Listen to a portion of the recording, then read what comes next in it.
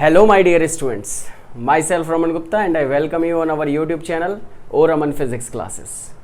तो बेसिकली आज हम लोग करने वाले हैं lecture number 3 from the chapter elasticity of class 10th। So basically अभी हमने लेक्चर 1 और लेक्चर 2 पढ़ा हुआ है इलेक्ट्रिसिटी चैप्टर से, और आज हम लोग करने वाले हैं लेक्चर 3। अब लेक्चर 3 में हम लोग करने क्या क्या वाले हैं वो हम देखते हैं। तो बेसिकली आज के जो मेनली हमारे हाइलाइट्स रहेंगे या टॉपिक्स रहेंगे वो क्या क्या रहेंगे उनको देखते हैं। तो सबसे पहले तो अगर हम बात करें चैप्टर के अंदर हम लोग डिस्कस करने वाले हैं आज लेक्चर के अंदर स्टैटिक इलेक्ट्रिसिटी, करंट इलेक्ट्रिसिटी क्या होता है, स्टैटिक इलेक्ट्रिसिटी क्या होता है, इन दोनों के बीच में डिफरेंस क्या होता है हम लोग ये पता करेंगे।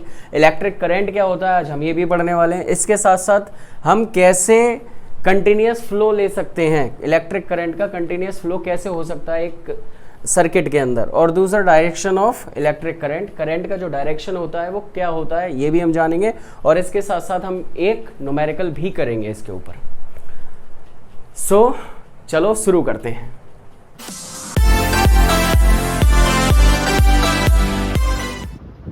अभी हम लोग शुरू करते हैं static electricity and current electricity, ये दोनों में क्या डिफरेंस है, क्या होता है समझते हैं। तो बेसिकली अगर हम बात करें स्टैटिक इलेक्ट्रिसिटी की, तो स्टैटिक इलेक्ट्रिसिटी क्या होता है, electric charges remains at rest. इसके अंदर जो इलेक्ट्रिक चार्जेस हैं वो कहाँ रहते हैं, रेस्ट में रहते हैं, वो मूव नहीं करते, दे डू नॉट मूव। जो इलेक्ट्रिक चार्जेस होते हैं स्टैटिक इलेक्ट्रिसिटी के अंदर क्या होता है, स्टैटिक इलेक्ट्रिसिटी के अंदर जो इलेक्ट्रिक चार्जेस होते हैं वो मूव नहीं करते, they remains at rest, they do not move. One of the example हम इसका ले सकते हैं ग्लास रॉड का प्लस सिल्क। ग्लास रॉड और सिल्क अगर हम इन दोनों को टच करते हैं तो एक की वजह से दूसरी बॉडी चार्ज हो जाती है, और जो इसमें इलेक्ट्रिक करंट प्रोड्यूस होता है या जो इलेक्ट्रिसिटी प्रोड्यूस होती है वो बेसिकली होती है स्टैटिक इलेक्ट्रिसिटी। ठीक है, ग्लास रॉड और सिल्क में जब आपस में इलेक्ट्रिसिटी प्रोड्यूस होती है तो वो इलेक्ट्रिसिटी प्रोड्यूस होती है स्टैटिक इलेक्ट्रिसिटी। तो स्टैटिक इलेक्ट्रिसिटी के अंदर जो चार्जेस होते हैं वो रेस्ट में रहते हैं, वो मूव नहीं करते। लेकिन अगर हम बात करते हैं करंट इलेक्ट्रिसिटी की, ठीक है, तो करंट इलेक्ट्रिसिटी में क्या होता है, करंट इलेक्ट्रिसिटी के अंदर जो चार्जेस होते हैं वो मोशन में होते हैं, मतलब वो मूव करते हैं, और जो चार्जेस मोशन में होते हैं या मूव करते हैं उसकी वजह से क्या होता है, इलेक्ट्रिक करंट प्रोड्यूस होता है। ठीक है, electric charges in motion and produces electric current. तो अगर हम इसकी बात करें करंट इलेक्ट्रिसिटी की, तो इसके अंदर चार्जेस जो होते हैं वो मोशन में होते हैं, मतलब मूव करते रहते हैं, और उसकी वजह से वो करंट प्रोड्यूस करते हैं, इलेक्ट्रिक करंट प्रोड्यूस करते हैं। जैसे अगर हम बात करें इसका एक एग्जांपल ले लें तो अपने घरों में जो लाइट आती है, ठीक है, जो अपने घरों में लाइट आती है वो बेसिकली कौन सी लाइट होती है, करंट इलेक्ट्रिसिटी होती है। जैसे हमारे पंखे चल रहे हैं या टीवी चल रही है, जो भी चीजें चल रही हैं बेसिकली तो वो करंट इलेक्ट्रिसिटी से चलते हैं, क्योंकि उसमें जो चार्जेस है वो मूव करते हैं, और जब चार्जेस मूव करते हैं तो इलेक्ट्रिसिटी प्रोड्यूस होती है या इलेक्ट्रिक करंट प्रोड्यूस होता है। तो आप एक इसका स्क्रीनशॉट ले लीजिए।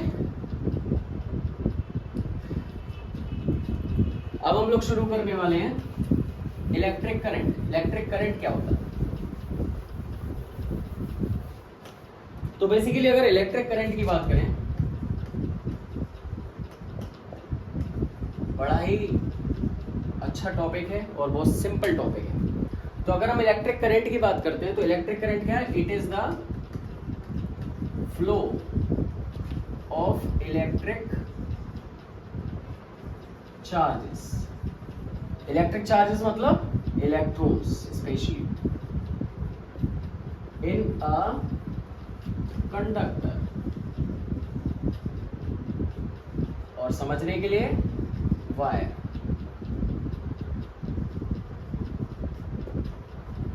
ठीक है, तो अगर हम बात करें इलेक्ट्रिक करंट की, तो इलेक्ट्रिक करंट क्या होता है, so it is the flow of electric charges electrons in a conductor और वायर। सिंपल सी बात है, यहाँ पे एक वायर के अंदर एक वायर है और उस वायर के अंदर या कोई भी कंडक्टर है, बेसिकली समझने के लिए वायर ले लेते हैं। तो एक वायर के अंदर क्या हो रहा है, जो इलेक्ट्रॉन्स हैं वो फ्लो कर रहे हैं, एक वायर के अंदर इलेक्ट्रॉन्स जो हैं वो फ्लो कर रहे हैं। ठीक है, जब हमने उसको बैटरी से कनेक्ट करा या किसी भी जहाँ से इलेक्ट्रिक करंट आ रहा है उसको हमने कनेक्ट करा, तो उसके अंदर जो चार्ज इलेक्ट्रॉन्स हैं या इलेक्ट्रिक चार्जेस हैं वो फ्लो कर रहे हैं। जब इलेक्ट्रिक चार्जेस फ्लो करते हैं तो उस कंडीशन में क्या होता है, उस कंडीशन में इलेक्ट्रिक करंट प्रोड्यूस होता है।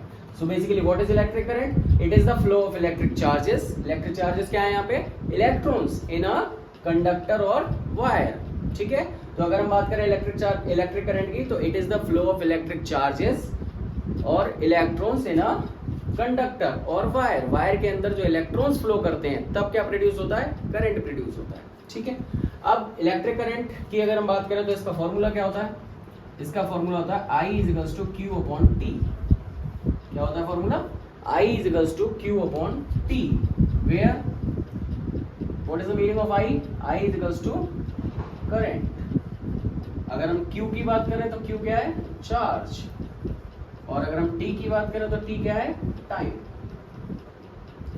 ठीक है, तो basically I where I is to current, Q is to charge और T इज टू टाइम। तो अगर हम इसको SI यूनिट की फॉर्म में कन्वर्ट करते हैं तो अभी एक और चीज देखते हैं पहले।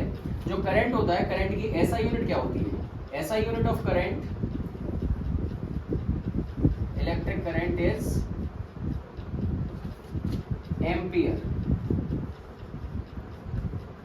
और इसको हम डिनोट करते हैं कैपिटल A से। क्या होती है इसकी SI यूनिट? इसकी SI यूनिट होती है एम्पियर, इसको हम कैपिटल A से डिनोट करते हैं। अब एक और मजे वाली बात है, अगर हम इसको SI यूनिट की फॉर्म में कन्वर्ट करते हैं तो क्या हो जाएगा? 1 एम्पियर इज टू 1 एम्पियर अगर हमें कैलकुलेट करना तो क्या हो जाएगा? 1 कूलम अपॉन 1 सेकेंड। क्योंकि चार्ज की जो SI यूनिट होती है वो कूलम होती है, टाइम की SI यूनिट यहाँ पे सेकेंड होती है, और करंट की अगर बात करें तो वो एम्पियर होती है। तो 1 ampere is to 1 coulomb upon 1 second. ठीक है, अगर हमें मान लीजिए करंट अगर हमें कैलकुलेट करना है तो वो कौन सा डिवाइस है जिससे हम करंट को कैलकुलेट कर सकते हैं, मेजर कर सकते हैं? तो जो डिवाइस है जिससे हम करंट मेजर करते हैं, करंट मेजरिंग डिवाइस, उसको बोलते हैं अमीटर।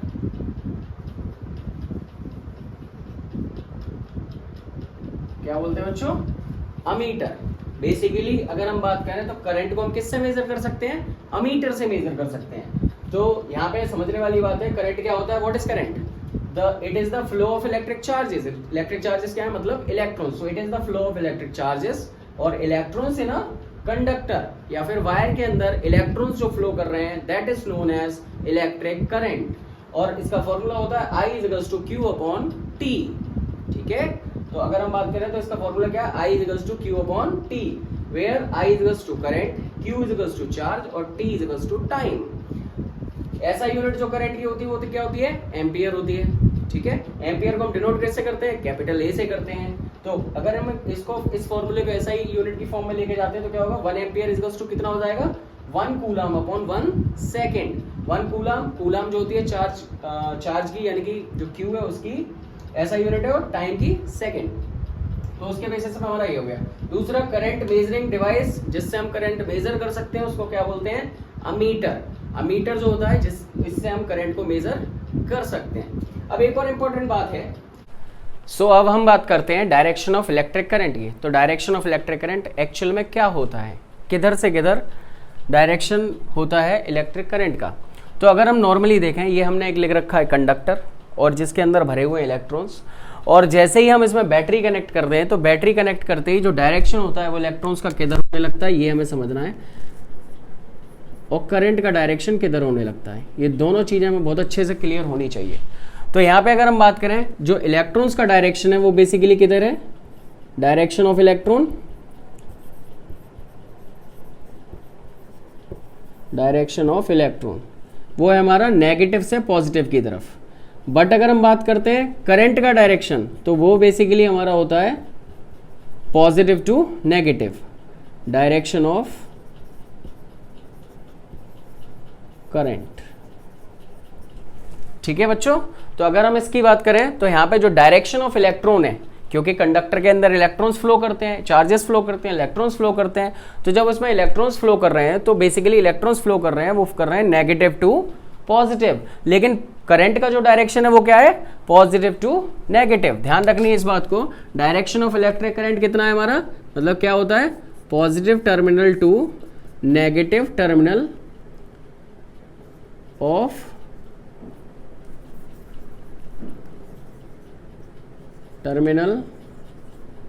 Of cell. ध्यान रखने वाली बात है, जो डायरेक्शन ऑफ इलेक्ट्रिक करंट है वो है positive to negative terminal of the cell. लेकिन वहीं अगर हम बात करें डायरेक्शन ऑफ इलेक्ट्रॉन की, तो इलेक्ट्रॉन का जो डायरेक्शन होता है वो किधर होता है, वो होता है नेगेटिव टू पॉजिटिव। क्या डायरेक्शन होता है बच्चों, negative to positive terminal of the battery और सेल। ठीक है, तो बेसिकली अगर हम बात करें तो डायरेक्शन ऑफ इलेक्ट्रिक करंट है वो किधर है, वो होता है हमारा direction of electric current positive to negative terminal, positive to negative terminal. और डायरेक्शन ऑफ इलेक्ट्रॉन जो होते हैं वो उसके अपोजिट डायरेक्शन में फ्लो करते हैं, negative to positive terminal of the cell. ठीक है, अब एक और इंपॉर्टेंट बात यह है कि एक सर्किट के अंदर हम कंटिन्यूअस फ्लो कैसे ले सकते हैं करंट का कंटिन्यूअस फ्लो कैसे हो सकता है एक सर्किट के अंदर, तो एक सिंपल सा जवाब है उसका, कंटिन्यूअस फ्लो लेने के लिए सेल में हमें एक बैटरी कनेक्ट करनी है या फिर एक सेल कनेक्ट करनी है। सर्किट के अंदर जैसे ही हमने एक सेल या बैटरी कनेक्ट करी और उसका स्विच ऑन किया, वैसे ही करंट हमारा कंटिन्यू फ्लो करना शुरू कर देता है सर्किट के अंदर। आई होप कि आपको ये टॉपिक्स जो हैं वो क्लियर हुए होंगे, अच्छे से समझ आए होंगे। अब इसके ऊपर हम करने वाले हैं एक न्यूमेरिकल।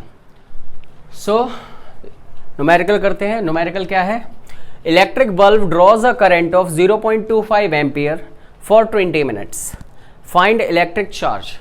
तो बेसिकली हमें क्या क्या दे रखा है, इलेक्ट्रिक बल्ब है जो करंट ड्रॉ करता है कितना, 0.25 एम्पियर का, कितने टाइम में, 20 मिनट्स में। तो हमें निकालना क्या है, इलेक्ट्रिक चार्ज हमसे पूछ रहे हैं। हमारे पास जो है पहले वो लिखते हैं, तो हमारे पास क्या क्या है। तो बेसिकली अगर हम यहाँ बात करते हैं तो I इजगल्स टू जो हमें दे रखा है वो दे रखा है 0.25 एम्पियर। ठीक है, और टाइम की अगर बात करें तो टाइम दे रखा है हमें 20 मिनट्स, बट हमें पता है कि टाइम हमें जो मिनट्स में दे रखा है इसको हमें कन्वर्ट करना पड़ेगा सेकंड्स में। तो 20 इंटू 60 करेंगे तो ये कितना हो गया, 1200 सेकेंड्स।